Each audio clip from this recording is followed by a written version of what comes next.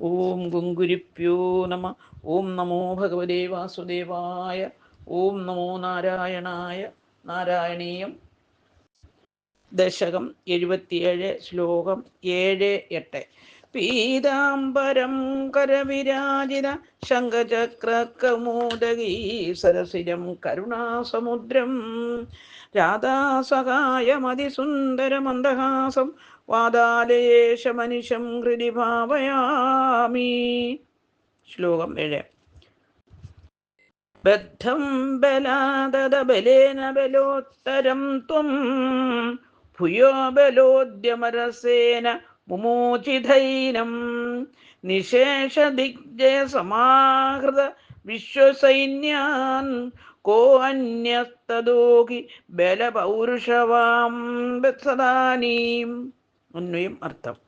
അഥ അനന്തരം ബലേന ബലരാമനാൽ ബലാൻ ശക്തി കൊണ്ടു ബലമായി ബദ്ധം കെട്ടപ്പെട്ടവനും ബലോത്തരം ഏറെ ബലമുള്ളവനുമായ ഏനം ഈ ജരാസന്ധനെ ത്വം അങ്ങേ ഭുയക വീണ്ടും ബലോദ്യമരസേന സൈന്യം ഒരുക്കി വരും എന്ന രസം കൊണ്ട്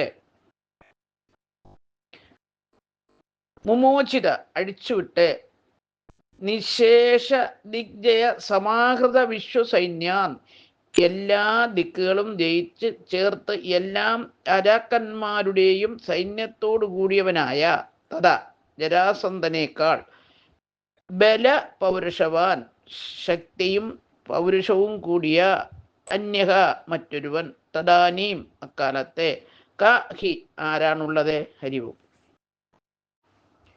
സാരം: ജരാസന്ധന് അസാധാരണ ശക്തിയും ബലമുണ്ടെങ്കിലും അവനെ കൃഷ്ണനും ബലരാമനും ചേർന്ന് പരാജയപ്പെടുത്തുകയും ശക്തി നിമിത്തം ബലരാമൻ അവനെ പിടിച്ചുകെട്ടുകയും ചെയ്തു. വീണ്ടും അവൻ സൈന്യത്തോടുകൂടി യുദ്ധത്തിന് വരുമെന്നറിഞ്ഞ ഭഗവാൻ അവനെ മോചിപ്പിച്ച് ലോകമെല്ലാം ജയിച്ചു കീഴടക്കി.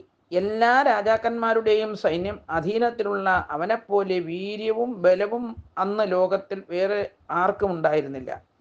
അഭിമാനിയായ അവൻ വീണ്ടും യുദ്ധത്തിന് വന്നു കാണാൻ ഭഗവാനും കൗതുകമുണ്ടായിരുന്നു. ഹരി ഓം. ഓം ഗുങ്കുരിപ്യോ നമ. ഓം നമോ ഭഗവതേ വാസുദേവായ. ഓം നമോ നാരായണായ. ശ്ലോകം 8. ഭഗ്നാസലഗ്ന ഹൃദയോപി നൃപൈ പ്രണുന്നോ യുദ്ധം ത്വയാ വരിദ ഷോഡശകൃത്യേവം അക്ഷൗഹിണീ ശിവ ശിവാസ ജഗന്ധ വിഷ്ണോ സംഭൂയ സൈക നവതി ത്രിദശം തദാനീം. അന്വയം അർത്ഥം. ഭഗ്ന യുദ്ധത്തിൽ തോറ്റ് അഭിമാനക്ഷയം വന്നു. ലഗ്നഹൃദയ അഭി മറ്റുള്ളവരുടെ മുഖം കാണാൻ ലജ്ജയുള്ളവനായി തീർന്നെങ്കിലും സഹ അവൻ നൃപൈ രാജാക്കന്മാരാൽ പ്രണുന്ന പ്രേരിക്കപ്പെട്ടവനായി തീർന്നിട്ട് ഏവം പ്രകാരം ത്വയ അങ്ങയോടെ ഷോഡശ കൃത്വ 16 വട്ടം യുദ്ധത്തെ വ്യതിത ചെയ്തു.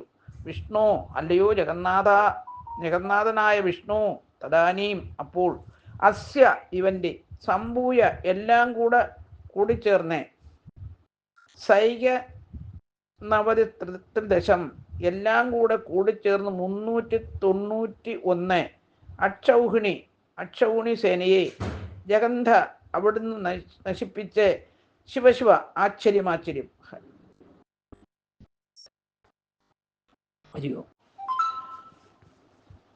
സാരം: യുദ്ധത്തിൽ തോറ്റു ബന്ധനം വരെ അനുഭവിക്കേണ്ടി വന്നപ്പോൾ അഭിമാനമറ്റവനായി മറ്റുള്ളവരുടെ മുഖത്ത് നോക്കാൻ ലജ്ജിച്ച് തപസ്സിനായി തിരിച്ച ജരാസന്ധനെ യുദ്ധം ക്ഷദ്രധർമ്മമെന്ന് പറഞ്ഞ് പ്രേരിപ്പിച്ചതിൻ്റെ ഫലമായി 391 അക്ഷൗഹിണിയുമായി വന്ന്